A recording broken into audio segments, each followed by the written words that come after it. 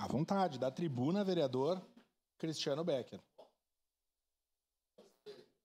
Gostei. Abri as porteiras, que nem os outros.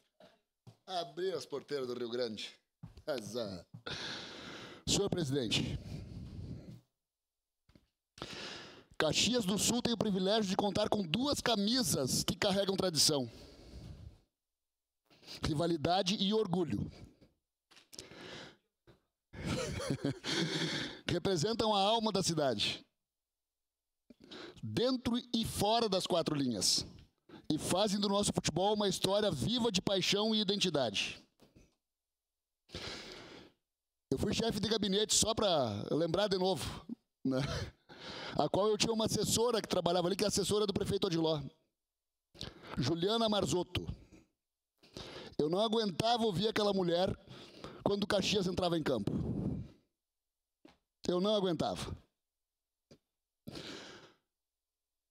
Chegava assim, irritadiça, não sei se é esse o termo. Hoje o coração grená bate mais forte. A Ser Caxias completa 90 anos de paixão, garra e identidade, levando o nome de Caxias do Sul com orgulho, dentro e fora dos gramados.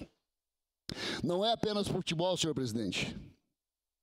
É história, é cultura, é a alma de um povo que aprendeu a lutar, a resistir e a vencer mesmo diante das maiores dificuldades. Décadas de batalhas, de vitórias inesquecíveis, de quedas e reerguimentos, que moldaram esse clube gigante, forjado na raça e no amor de sua torcida. Cada gol marcado, cada lágrima derramada na arquibancada, cada criança vestindo o grená pela primeira vez. Tudo isso construiu o que Caxias é hoje, um símbolo vivo da força da Serra Gaúcha. Parabéns a todos que fizeram e fazem parte dessa linda caminhada. Jogadores, comissões, dirigentes, funcionários, torcedores e apaixonados de todas as gerações. A Ser Caxias é mais que um clube, é um legado, é emoção, é eterno. Que venham mais 90 anos. Rivalidade se vive com garra, não com agressão.